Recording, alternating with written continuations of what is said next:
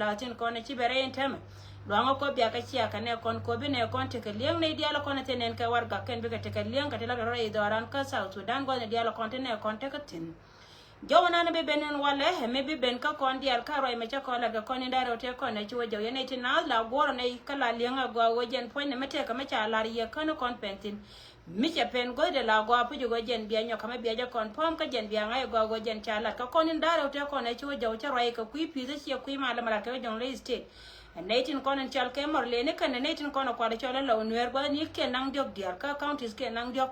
no go jen point ne chala ri yo te ka ne che te ke ti ma cha kwan me we ka ko ba county si ti ma ma go da na ra me ler ngato kana ite kon la non ka ngane kan ji jani gieng ni ra melar nga tok changa lar to ka tina gul chop melo no gon changa da ne be ka ngara ka ye yene tina ba lar yo go wo chi ne ite kon te wete na ke tima kan chi ne lat ka wo pizza rai mala kan ite kon ko le choli ji ko ba kan chi ka choba gwa ga ma ka ko ba mi dong ti ta ka lor nyam chen gwana la wona dol ka tin ko kan pan ken ma bana kan kamal te ka gwa ma chari ala ka milana worum tin mi chima nyam chima gwa mi chang ke na la wo jen nyam chen dor gwa de da ne cha pal ka kui ko jen na kana de jabe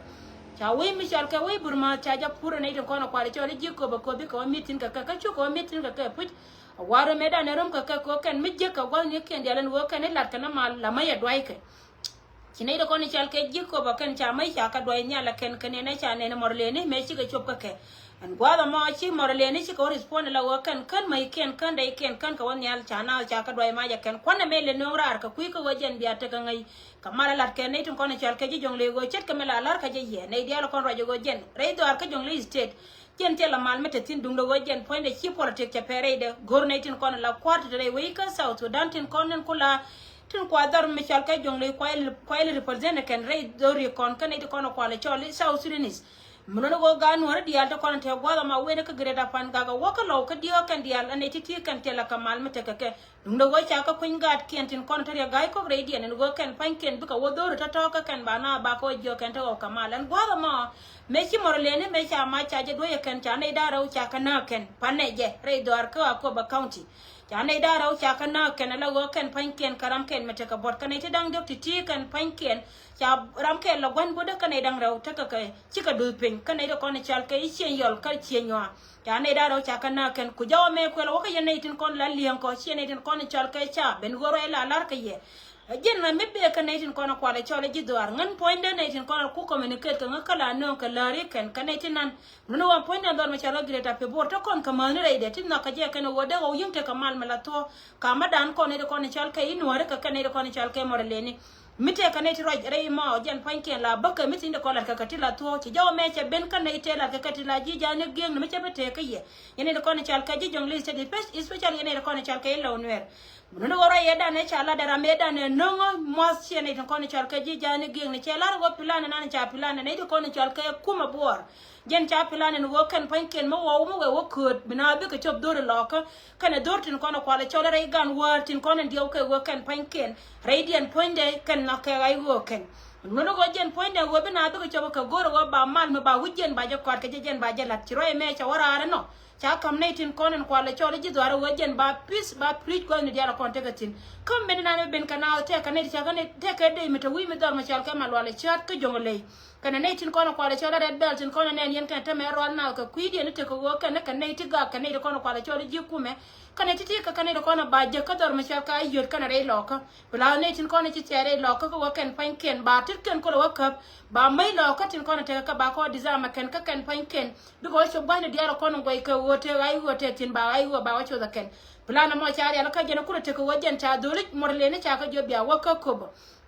tama mako ga waka ko ba ken panken wala na mal ka ken ji mala te kan ide waka wuror county ka te ne de bijen bala go ken panken bi ka rum kan itin kono kwala chole ji ayot a wona dor michal ke nyirol county kan ite dia la to kan cha ka ala ko bi ka wala ji mala ka ku ko bi na itin kono chal ke lo amana ga wor ken dia bi wujen ko te ko ken cho te kamal rai me la je ye wore do ka jong lis te la mal mete tin plan ma mete tin jen cha janga jenetin kontin kwala chole cha wa du te ka tangan kun la wotin kono lat ken te mare we ka South Sudan kan panken kan gajan ta kasir kam ne ken misala mata baka kan wara ken kon ta kel ka ke la ka la ka wira ka pinde jatin la ra yendi ala ron point ndar misal ka jongli ten mo ga yero don yen jike wote kamal wona ka yene kon chal ke lo mo wote ri mo woto ka yen dia chu ngai go jen point de chebila go kana la yene tin kon de la non ka yelari ken mo no go kon ne kon right ka media non ne yelari ka changdar kana war ka ku ko go ngai ne ka yeling ne ka ti kon lat ke rai me we ka yego bia te ngai tin ne tin nan dia no go male lat ke wur misal ke doctor ya gai ko me we na we ka jaka je go chena nyono gon mala moreleni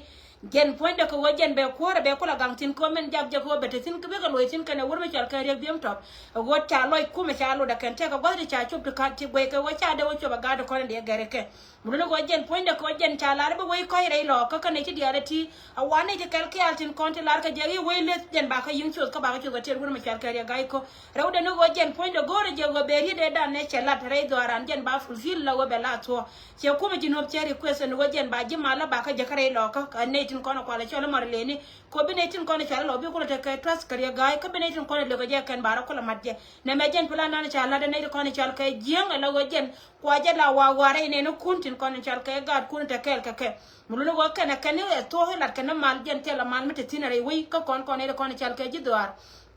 balar yen jaw mi cheke wona wo yen pan kun me bia ku chem ngai je gwa wa kan ji mala te chi wo pan ta me kan pan ken chi ka chobre dwar ka ko ba county chet ke me cha lar ye go te ne de du me ku lo ngala la ra me da ne non kontu chi na gul kai ra chi gul chop dung de wo yen pan ken chop di ne changa da ne be ka ngara ra jen changa na kana da ken dor mi chal ke nyan di cha ne da ra cha kana ken ka ken pan ken cha ram ken cha je moy ka bot en ta me roi mi cheke wona bia ku te ken en wo mi te ka mal mate re de we je chi lia de ngor ka metetin ne me kel katin di alon kono be non ye ka biya te ngai tin no la rode kan ne tin kono ndew ka jego en mala nana lat ka kumme sal pakir ma yadi ye mal maron kan e dia yen pel kan ye yen cha be kono chal ka e cham nore cha widun cha je mun no gote ka tudo le kun ti cha nan anta me ti lo ka wo kan panken me ti ka respond re ko me de ko re cho ba ti je ka ka especially ne kono chal ka e bor dan ka dor ye na ken muno go jen ganka dorien kane ko ne chal ke ja yot tin kwale chola ga wer muno go kane law nwer en go jen dio ko je go me chika kai kane ti dorien de bada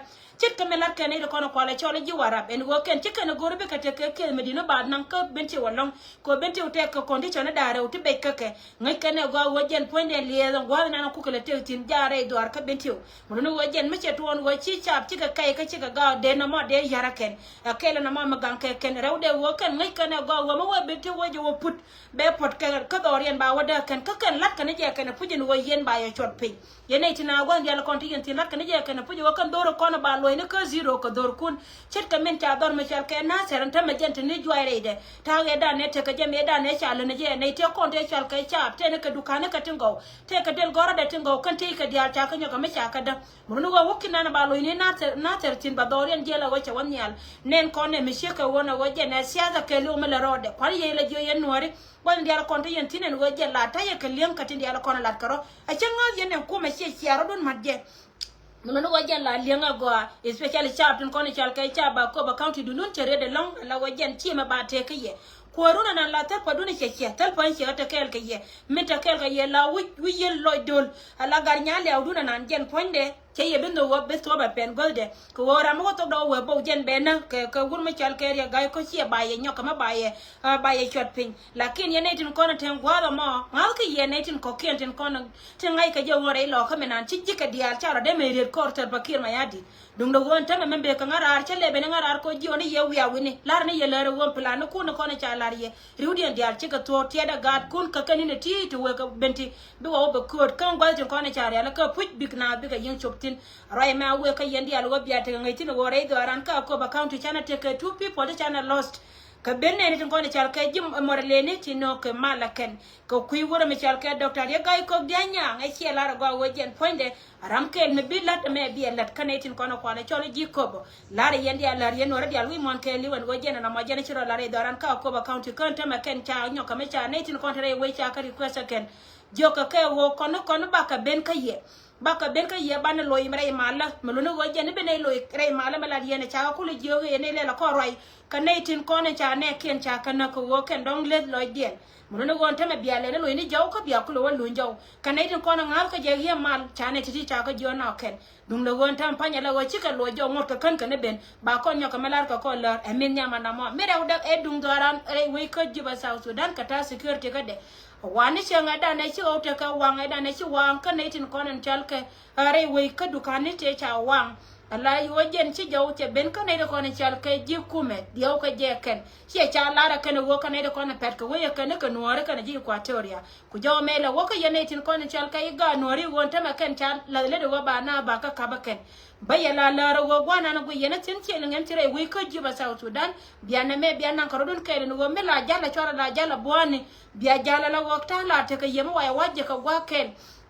dera tolo wajen ba ya ka ba ken ko ken panke la ka je gwa ntame wa yi wa ma to ka ye ka che to ka ye ngane dia tungan na kan ngai ka je gwa wajen kuma me na boda ko rai we ka South Sudan te da ke bod roi me che ka wona ntame red ka je ye ne ko ni chal ka ji Equatoria ti to kor ka na ka ne nori charo me cha je lar ku jaw me le ben ka ne ko ni chal ka ji tu ni che je jana geng ni ka tan cha ne security we en go ba je long ye no do tv wo te da ye ne ko ni chal ka sharp go ne dia ko ndi ni special ne ko ta ka kem un biara don tit ka jana ne jel ka ye me che la ya ka dukan che che wala ne kurere la biara ka je la gore je bia jala la wo yen pan kun bia jal ala ne ti che abe jal bwani ko mu ya wa jala bwani je der ton go je de ye kap ko ken lar ka je go wo amana man ba ken pan ke de ne me de la da ken wa yi pel ka je na ma ngai ka je ne ideal ko wo chi kuma men la ne je wo je ni cha bia la ken yin ka ngai je wo gwa na ba jika ba ka accuse ka ne tin ko na ga ka ke ro ye me ko je la ye ne tin ko na chal ka jinobin dia tare we ka South Sudan ti la ling en go te de je ko na jel ka ye kan na ti kan Christmas ngai ka je ne dia tun na kan man ta me gore we te ka bo medit te ka tun wan ti kuma ke lo de che wan ka ke ala wo gore je da bana gwa ne dia la ko na tene ko te ka tin ala me we ka chab dia le go ba nyo ka me la je ye cha je la ne ko na chal ka je ja ne ging ni she go mo de go ba nong chab dino ba Sudan dia le go te de rodon ka ta nan te ka ye ka cha ne tin ko na chal ka nuore ka na ji Equatoria cha ka kiose kuma serba ker mayadi chet ka mangai ko ndia le wo lar ka ne go wone ne ka ne tin ko na wanka wo ka ne re we ka nuore ka na ji Equatoria melole go jen na mo chi to ngai ko ndia le go chi to ko la wo ken me cha je lar no ken ko wo ta ka nang ne titini won ngode still go cha ye ba pal ne titi lar yendi lar mi she ka wona wa cha la re do aran ka South Sudan ka biya chuta ka ngai tin bana tekan lan ma bana la de road an cha for the jai yesterday cha la de she go cha barar ka jen mi she ka wona yene tin ko la yana gurgwa la me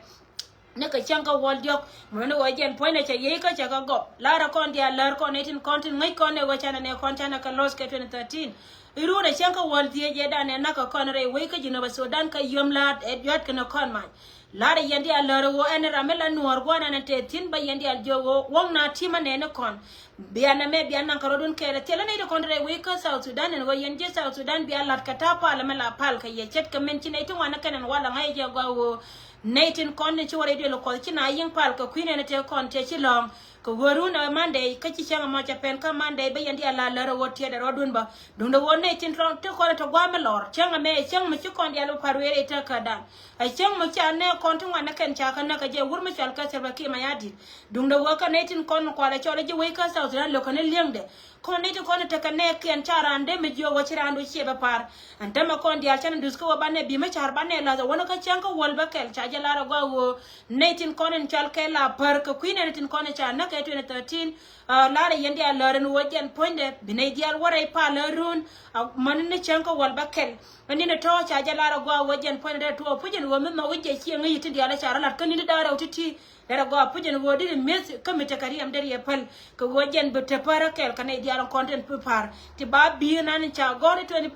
that 15 baje la da ken lulu wana ran ba be profile be je chen tele ne ko re we ka South Sudan ko mo yena wala de me che ka wona bi ko me no ye jen baga ka ye ko wo yen ki a lor gwana ta yen tin pala ka tin kun dum no wo chen me lar ka je ne dial wo yen de janga go wo che chen me de me parwe yara mala nor ne dial tin kontin ngai ka na me wo je ne cha ka ler ka me je ba je tim en wo jen ne konte ko ne cha na ka chen wol de wo ka chen wol baket be ne dial barar ka kui pala de ne lar ma kama ko no re dial kane dial konen pal gon dial konte ka tin no go bina pal ko yene ne te ko ne chi long ka chen ka wol je wo ka chen wol bakel ne me jena na banong yeti ti kana kono belen wala yene te kola yena gurgo me ba nyoka je once again happy Sunday ko mara te kel ka ye gwan yala go yene ti lwanga ko bia ka chia ka ne kon ni ndaro titi chi ko ni titi ko je wo chia la busy chia la ngola wo pe dan wo pe nyalong kala ne ti chi kwa je go ye kan ka te ne ko ka chia ba yende ala la go wo la du wo jen bia na me bia je chia ko kon ba ko kula non ko ye katin kon cha la da kan ne kon di altin kon ko la chol plan ni tin ko plan ga kuidan